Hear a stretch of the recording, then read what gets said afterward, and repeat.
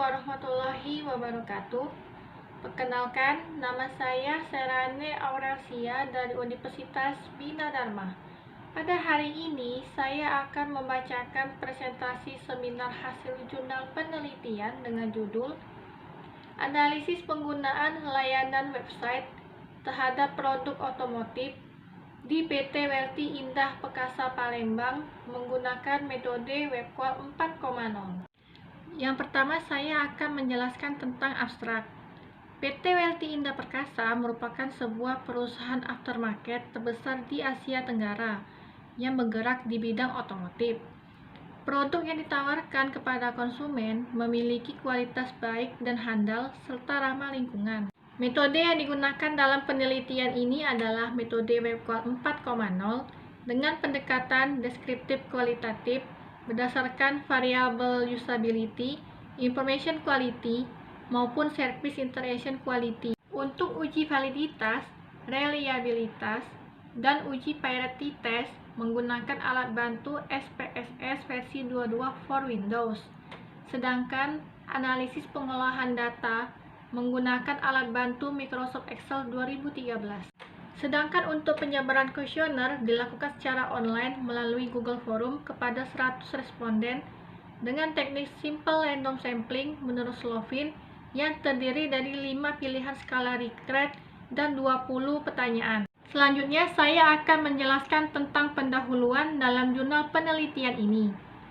PT Welty Indah Perkasa merupakan perusahaan otomotif yang pertama kali didirikan oleh Purnama Arif Hidayat sebagai CEO founder pada tahun 2006. Perusahaan ini telah memiliki 15.000 pelanggan yang tersebar di seluruh Indonesia. Untuk memberikan kenyamanan serta kemudahan kepada konsumen, PT Welty Indah Perkasa memiliki layanan website yaitu www.welty.id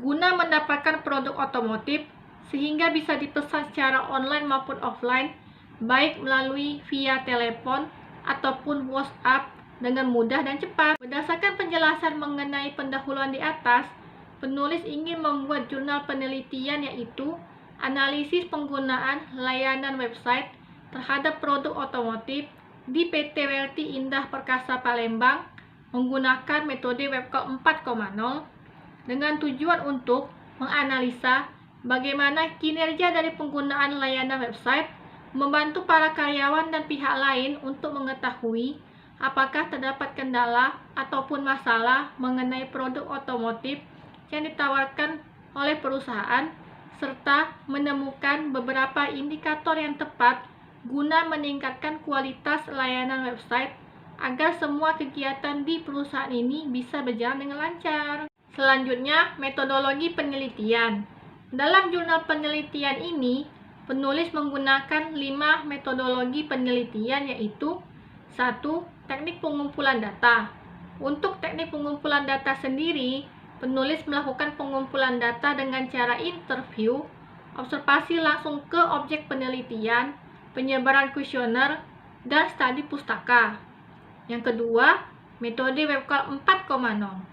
Metode Webcall 4.0 adalah sebuah metode pengukuran kualitas dan kinerja website berdasarkan tingkat kepentingan dari pengguna serta memiliki 3 variabel utama yaitu usability, information quality, maupun service interaction quality. Ketiga, populasi penelitian. Populasi dalam PT Welty Indah Perkasa Palembang sebanyak 15.000 pelanggan. Namun, penulis hanya mengambil 100 orang responden yang terdiri dari karyawan, admin, pihak IT, pimpinan perusahaan, maupun pengguna website. Yang keempat, sampel penelitian. Dalam menetapkan sampel penelitian, penulis menggunakan teknik simple random sampling untuk menentukan setiap anggota populasi yang akan menjadi sampel penelitian dengan menggunakan rumus Slovin dengan tingkat persentase 10%, sehingga didapatkan jumlah sampel sebanyak 100 orang responden. Dan yang terakhir, pengujian data penelitian. Untuk melakukan pengujian data penelitian, penulis menggunakan 2 alat bantu, yaitu SPSS versi 22 for Windows dan Microsoft Excel 2013 untuk melakukan uji validitas, uji reliabilitas, maupun uji parity test terhadap jumlah sampel yang telah didapatkan guna mengetahui apakah valid atau tidak, reliable atau tidak, serta apakah data tersebut memiliki perbedaan cukup signifikan antara sampel yang satu dengan sampel yang lainnya. Selanjutnya, penulis akan menjelaskan tentang hasil dan pembahasan dari jurnal penelitian ini. Yang pertama, uji validitas. Untuk menentukan hasil uji validitas agar dapat dikatakan valid atau tidak, bisa melihat dari nilai airtable sesuai dengan jumlah responden yang akan dilakukan uji data menggunakan alat bantu SPSS for Windows versi 22, yaitu 0,235 berdasarkan dua kriteria. Apabila R hitung lebih besar dari airtable, artinya setiap pertanyaan dalam kuesioner penelitian tersebut dinyatakan valid atau korelasi. Dan sebaliknya, apabila R hitung lebih kecil dari airtable, maka dapat dinyatakan tidak valid atau tidak korelasi antara variabel yang satu dengan variabel yang akan dihubungkan. Berikut ini adalah hasil uji validitas terhadap 70 responden dan 30 responden dinyatakan real oleh penulis yang telah melakukan uji validitas menggunakan alat bantu SPSS 22 for Windows. Selanjutnya, uji reliabilitas. Untuk menentukan hasil uji reliabilitas terhadap setiap indikator pertanyaan dalam kuesioner penelitian bisa dengan melihat standar dari nilai convex alpha, yaitu 60% atau 0,6. Apabila nilai standar tersebut mendekati angka 1, maka akan semakin baik tingkat keandalan internal pada setiap indikator penelitian. Berikut ini adalah hasil uji reliabilitas terhadap setiap indikator pertanyaan menggunakan alat bantu SPSS versi 22 for Windows. Selanjutnya, uji parity sample t-test.